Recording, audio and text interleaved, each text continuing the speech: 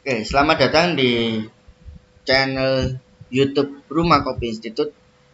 Nah, setelah kita melakukan atau sudah paham tentang advertising atau percetakan ya, kita selanjutnya adalah melakukan promosi offline.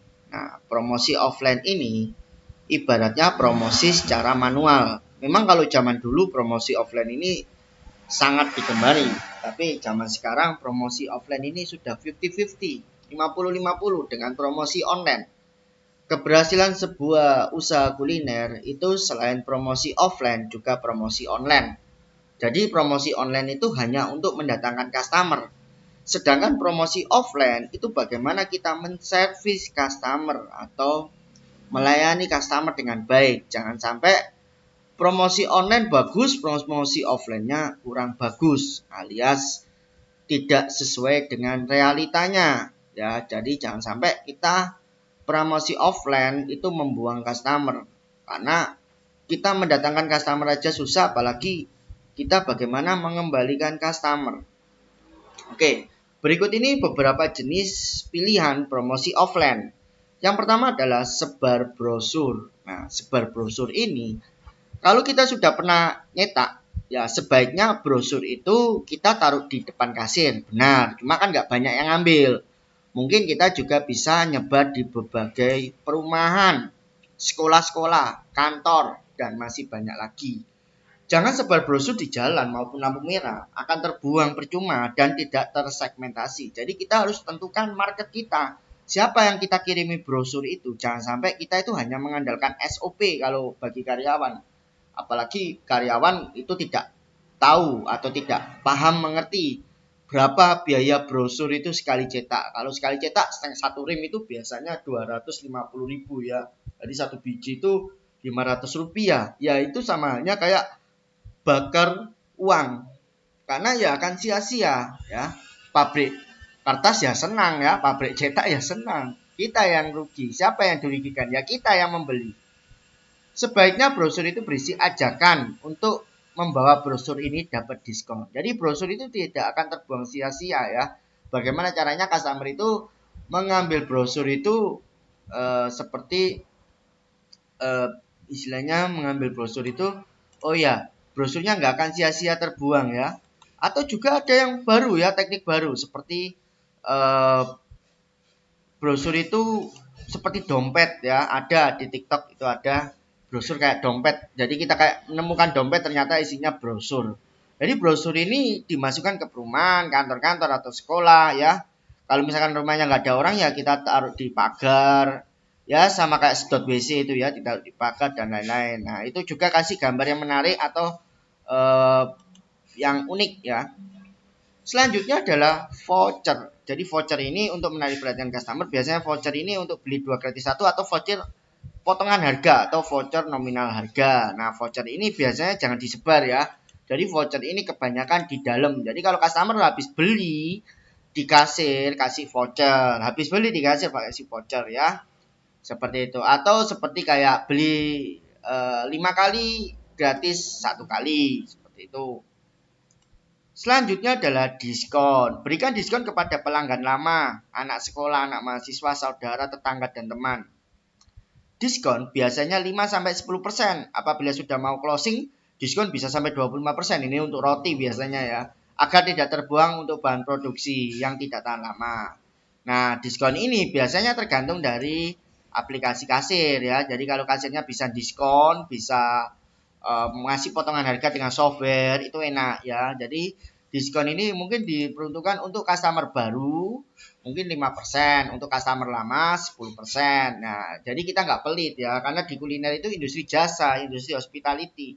Kalau kita pelit ya nggak akan laku, karena di sini ada komplimen, ada eh, potong poin atau tambah poin dan lain-lain. Jadi kita nggak boleh pelit sama customer ya, apalagi diskon. Makanya kalau bisa kita jangan perang harga, tapi perang diskon. Karena harga itu standar dengan sesuai HPP. Rata-rata kalau minuman 30%, kalau makanan 50%. Jadi kalau perang harga, kita yang rugi. Sudah perang harga, diskon pula. Ya kita rugi, karena kita usaha itu harus cari untung, bukan cari rugi. Selanjutnya adalah kartu member. Nah, kartu member ini buat seperti kartu member atau kartu nama ya. yang modern memakai fingerprint atau terkoneksi dengan aplikasi kasir. Nah, jadi kalau kartu member ini biasanya cepat hilang. Biasanya customer itu lupa bawa atau ya jarang ya. Intinya kalau 100 customer yang bawa mungkin hanya 30, 70-nya nggak bawa. Jadi kita bisa memakai model fingerprint atau face scan ya, scan wajah atau scan jempol, atau juga bisa menyebutkan nama sehingga atau pakai aplikasi ya, bisa banyak ada aplikasi seperti aplikasi loyalty ya. Itu tawarkan kepada setiap customer yang melakukan pembayaran untuk menjadi member, berguna untuk konsistensi terhadap customer agar tidak cepat kabur ya, atau customer yang coba-coba, saya coba ini habis itu kabur nggak balik lagi. Nah, biasanya kartu member ini seperti kayak kartu nama, boleh tipis, atau seperti kartu ATM agak mahal ya, seperti itu. Jadi gunanya seperti memberikan diskon atau memberikan promosi-promosi atau memberikan voucher dan lain-lain. Lalu selanjutnya adalah guest comment. Guest comment ini adalah kertas untuk menerima saran dan kritik dari customer langsung, menghindari customer melakukan komplain di sosial media. Mengetahui saran dan kritik customer guna untuk membangun outlet lebih baik lagi. Lalu buatlah dengan kertas dan format sesuai dengan nama ya, misalkan nama, nomor WA, saran dan kritik. Atau kalau perlu memakai sistem undian. Nah, nanti undian apabila saran kritik yang baik mendapatkan hadiah secara diundi. Nah, guys komen ini sebenarnya banyak sekali ya. Kalau di kafe, restoran itu mereka akan memberikan guys komen setelah pembayaran. Bagaimana kalau dia pembayarannya di awal? Kan kita nggak ada guys komen. Nah, itu biasanya bisa ya, itu bisa. Itu kalau kita pakai software kasir yang memakai aplikasi ya. Jadi kita bisa memakai aplikasi atau ditaruh di menu promo akrilik ya. Jadi dia tinggal scan code saran dan kritik. Jadi pakai sistem aplikasi ya. Atau juga guest komennya kalau di dalam indoor bisa kita taruh di meja customer ya. Dengan lengkap dengan pulpen ya dan kertas. Jadi mereka akan tidak akan komplain di sosial media ya. Jadi banyak macamnya ya. Ada yang masih manual seperti pakai kertas dan pulpen. Ada yang sudah pakai aplikasi ya, seperti di bandara, di stasiun itu ada gambar icon smile atau murung. Nah, itu tinggal kita klik aja. Nah, seperti itu. Selanjutnya, promosi offline adalah event. Nah, tujuan untuk menarik customer mendatangkan keramaian, meningkatkan popularitas atau brand building. Jadi contohnya seperti kita buat live musik, nobar, stand up dan lain-lain, tergantung dari harga masing-masing talent. Mempunyai uang promosi 1 bulan sebelumnya atau membuat program kerja. Nah, event ini nggak sembarangan ya. Harus kita buat 1 bulan sebelumnya. Karena ini sama kayak kita itu membuat perencanaan atau planning ya. Planning event atau market plan dan lain-lain. Jadi event ini juga ada budgetnya, ada biayanya ya. Nggak mungkin kita kita buat event minggu depan. Nah, itu harusnya kita pikirkan 1 bulan sebelumnya supaya nanti kita nggak bakar duit. Jadi kita itu tahu segmentasi kita. Saya mau buat live musik. Nah, live musik ini siapa yang sasaran targetnya siapa? Apakah anak sekolah atau anak mahasiswa? Itu kita harus punya program kerjanya ya. Banyak program kerjanya di Google itu banyak sekali ya. Jadi kita itu harus punya strategi plan atau perencanaan 1 bulan sebelumnya. Kalau mau membuat event kayak live musik, nobar, stand up dan lain-lain. Selanjutnya adalah loyalty. Nah, loyalty sebenarnya membuat program loyalty seperti sistem poin, billing WhatsApp atau email, nota online dan lain-lain. Tujuannya untuk mengingatkan customer kepada outlet kita. Biaya dari program loyalty tergantung dari aplikasi kasirnya. Nah, memang loyalty ini kebanyakan dipegang oleh software kasir ya. Jadi intinya mereka customer bayar ya, nanti dikirim billnya ke WhatsApp. Atau mereka pakai sistem poin. Jadi nanti customer yang datang ke sana banyak dapatkan poin ya, seperti di marketplace juga ya, kita beli apa dapat poin dan lain-lain. Nah, loyalty ini dipegang oleh software kasir sementara ini ya. Jadi dia ataupun website itu juga ada ya, seperti kita memberikan kalau mereka sudah login ke website kita, terus kita kasih notif di emailnya atau notif di HP-nya kalau dia install aplikasinya. Dan ini memang modern kalau loyalty. Lalu selanjutnya adalah pameran. Nah, ini termasuk promosi offline. Jadi kita mengikuti pameran-pameran di outlet luar outlet kita ya, tujuannya untuk brand building agar customer tahu. Biaya mengikuti pameran tergantung event organisernya, ada yang berbayar atau gratis dari pemerintah. Contohnya bukan di sini. Jadi intinya dalam pameran ini kita termasuk brand awareness, memberikan ingatan ataupun brand building, membangun brand ya, memperkenalkan brand kita atau memperkenalkan perusahaan kita di suatu lingkungan itu tadi seperti event atau pameran ya, kita mengikuti seperti itu, jadi banyak yang tahu. Oh, ini rumah kopi ya buka di sini. Oh, ternyata ada di sini. Oh, kita buka stand juga di sana sambil jual beli minuman. Tidak hanya kita menjual di situ, tapi mengarahkan mereka untuk beli di tempat kita kalau mereka setelah selesai pameran. Contoh misalkan dalam pameran itu kita memberikan voucher atau brosur. Nanti bawa brosur ini kakaknya dapat diskon di tempat kita. Makanya tujuannya banyak, dan pameran ini ada yang gratis, ada yang berbayar. Tergantung dari event organizer-nya ya, seperti Ramadan besok puasa itu banyak pameran ya, sehingga kita bisa mempromosikan oh tempat kita sekarang di sini atau kita buka di sini. Nah, seperti itu.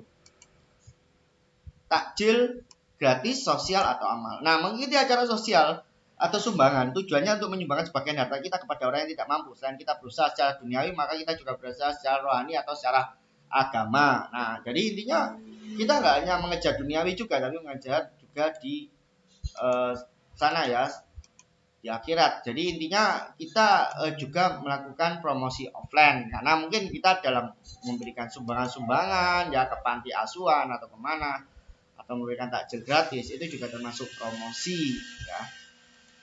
Lalu kerjasama. Nah, melakukan kerjasama dengan berbagai pihak yang tujuannya untuk saling menguntungkan, membuat kontrak kerjasama atau MOU. Jadi intinya kita juga tidak perlu apa ya istilahnya itu independen ya. Jadi kita juga butuh orang lain, kita butuh grup.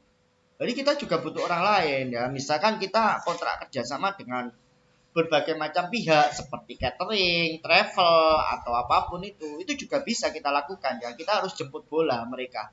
Jangan kita itu hanya independen, individual, terlalu di dalam counter atau terlalu di dalam bar, di dalam outlet, sehingga kita itu monoton atau sehingga kita itu kurang pergaulan. Padahal di luar sana itu masih banyak orang yang membutuhkan kita atau orang yang mau kita ajak kerjasama itu banyak, sehingga kita juga harus melakukan banyak kerjasama kalau mau rame ya, seperti itu. Lalu sponsorship. Nah, sponsorship ini seperti rokok, showcase, freezer atau soft drink, banyak ya. Kita juga melakukan kontrak kerjasama. Kita hubungi misalkan saya pengen kontrak kerjasama dengan karena coffee shop berhubungan dengan rokok. Wah, saya coba hubungi Jarum atau hubungi Gudang Garam atau apa. Nah, kita juga mungkin timbal balik sama mereka. Mereka memberikan kita event, kita berikan mereka profit juga ke mereka. Boleh jualan di sini atau kita ambil rokoknya mereka, dilarang rokok lain. Itu juga bisa kita lakukan dengan kerjasama sponsorship. Lalu catering, ya kita membuat paket catering atau stand atau acara-acara tertentu seperti wedding, catering, meeting, yang membuat paket minuman dan paket makanan untuk acara atau pesta, itu juga bisa kita lakukan ya. Kita kerjasama dengan catering di kota kita. Lalu jadi intinya kita itu jangan diem di tempat, jadi kita itu harus banyak eksternal, banyak keluar ya. Keluar itu untuk kerjasama sponsor atau catering dan lain-lain. Jadi sehingga orang itu akan mengetahui oh perusahaan kita ini umum atau perusahaan kita ini bebas, tidak idealis. Kadang orang ownernya tuh tertutup atau ownernya itu tidak mau membuka atau tidak mau bersosial. Nah, itu juga pengaruh ya, karena intinya kalau mau rame ya kita harus perbanyak sponsor, kerjasama, catering dan lain-lain. Nah, termasuk yang terakhir komunitas. Nah, komunitas itu kita juga mengikuti berbagai macam komunitas di kota-kota kita. Tujuannya untuk eksis dan konsisten dan dapat menarik anggota komunitas kita untuk datang setiap hari ke tempat kita atau seperti base camp. Nah, jadi intinya itu kalau promosi offline ya itu kita juga harus punya rasa sosial, harus punya banyak teman, banyak relasi, karena kita membuka usaha kuliner. Tentunya ya orang butuh makan setiap hari, butuh minum setiap hari, dan tidak mengandalkan jalan atau orang yang hanya lewat di kita atau sini. Kita juga harus butuh sosial. Intinya banyakin eksternal kalau promosi offline itu, banyakin kerjasama, banyakin event, banyakin komunitas yang kita gabung ya, banyakin sponsor juga. Jadi jangan sampai kita hanya internal. Kalau internal aja atau kita hanya diem di tempat, siapa yang mau datang ya? Kalau kita banyak sosial di luar, ya, terus banyak kita lakukan dengan amal ataupun kita melakukan banyak kegiatan di luar sana, otomatis kita ya banyak yang datang ke kita untuk mencari kita. Tidak perlu misalkan kita mungkin saya nanti setiap Jumat Sabtu nanti ada di kafe kok. Oh ya yaudah saya ke sana. Nah seperti itu. Karena Senin sampai Kamis saya keluyuran atau saya banyak ke tempat-tempat ini. Nah memang seperti itu sebenarnya tujuan usaha itu. Kita menambah relasi, menambah jaringan selain online. Tapi ini promosi offline ini kalau mau rame ya seperti itu. Kalau misalkan saya tidak bisa online ya berarti perbanyak offline. Perbanyak offline berarti perbanyak relasi, kerjasama, perbanyak komunitas, dan lain-lain. Seperti itu. Baik, terima kasih. Ini adalah sedikit promosi offline dari kami. Nanti kita akan ke video selanjutnya. Dan terima kasih banyak.